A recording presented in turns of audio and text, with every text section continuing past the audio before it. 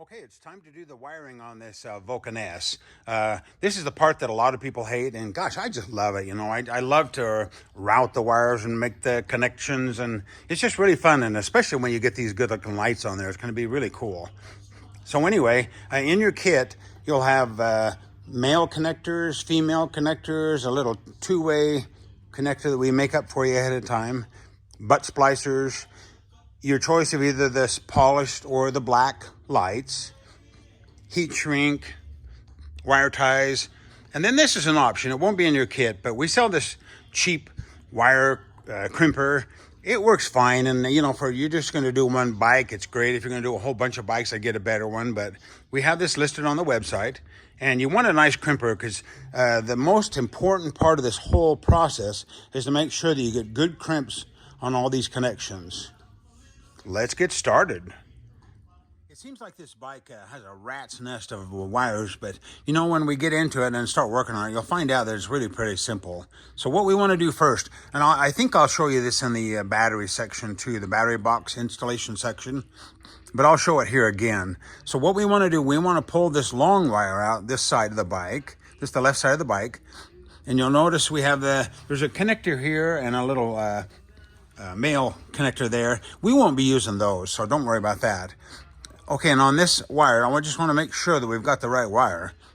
There's 4 connectors. There's a gray, kind of an oval-shaped black one, and 2 kind of squarish ones.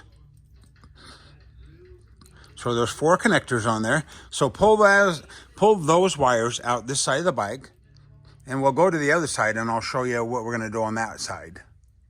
Okay, on this side of the bike, we have the diagnostics plug. You'll need that for sure if the dealer has to check it out. And then this has the fuse box also. Hopefully you won't have to open this up and change fuses, but anyway, you can tell because it has a 10 amp signal, 5 amp, so forth. So, you know, that is your fuse box. So those will hang out that side. And then we'll go ahead and work on the other side. That's how we'll hook all the wires up. Now we've got to cut this main wire coming out of the left side of the bike, the battery box side. And okay, what we want to do, we want to cut it 7 inches or 178 millimeters. And that's from the edge of the battery box here, this little edge here that holds this module. So it'll be 7 inches from there to where you make the cut. Make sure you measure that carefully. We don't want it too long or too short. The old saying, yeah, I cut it 3 times and it was still too short. You don't want to do that.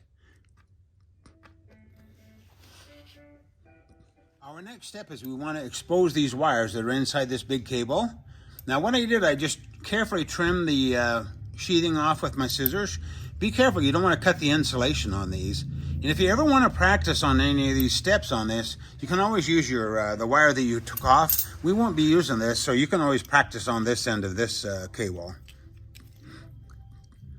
So go ahead and expose those, and then we're going to show you how to strip these ends off. Oh, by the way, there should be 4 black, 2 red, 1 blue, a green, and a gray.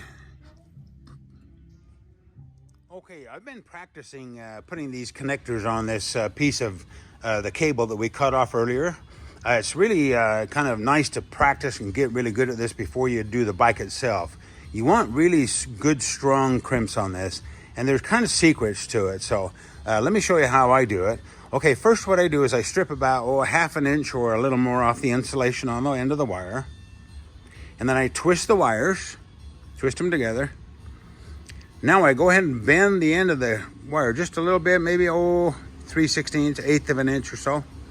And bend it over and push on it really hard. You want to make sure it goes into the connector.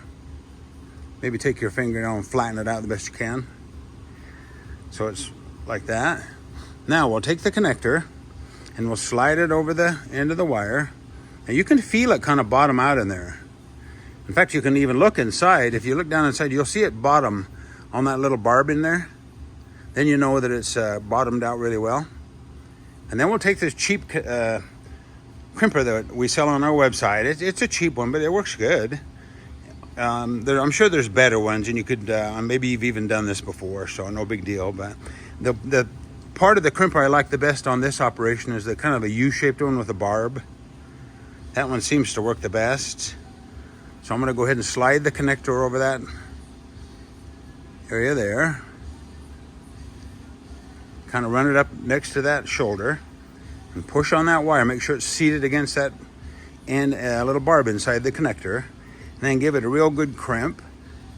Now, on this cheap one, you can squeeze it hard. It doesn't seem to break the end off the connector. Okay, and it actually makes a nice looking crimp. And then go ahead and pull on it really hard. Pull it, tug it, make sure that connection's really good in there, because you don't want these things to fail later on. So do that same thing on all the connectors. And don't get carried away yet. Let me show you on the bike, because there are 2 of the wires we're going to join together, 2 of the black. We only need 3 blacks, and there's 4 on the harness, so don't get ahead of yourself. And then on this one, you're going to connect this to one of the red wires and do the same thing. Just double your wire over, slide it in there, give it a good crimp. Now make sure that your heat shrink is on the wire when you do this, because after you crimp it, you won't be able to get the heat shrink on there. And then after you crimp it, go ahead and pull the heat shrink down, and then you can heat shrink it, and it'll make a nice connection there. The heat shrink we include in the kits is the best stuff you can buy too. It has the adhesive in it, so that one is definitely not going to ever come off if you heat shrink it properly. Let's show you on the bike. Oh, before we get going, 2 of the black wires need to be joined together, so you don't need to bend the end of the wire over on those. Maybe just don't trim quite as much off. Twist them together and then put your connector on and give them a crimp. Yeah, if you bend them over, they won't go down and seat against the little thing down in there, the barb. So anyway, do that on that one, on the 2 blacks. Okay, and there we have it. Let's see, now make sure you put the heat shrink on this 2-way connector. Have it on there when you crimp that butt splicer, because you won't be able to get it on there once you crimp that one. So anyway, we have the red to red with the 2 splits there like that. And then we've also added 1 connector to the 2 black, just like that. And then we have 2 more blacks. So basically we have 3 blacks. And then we have 3 reds. This red. And then we have a blue, a green, and a gray. So there we have it. This thing's coming right along.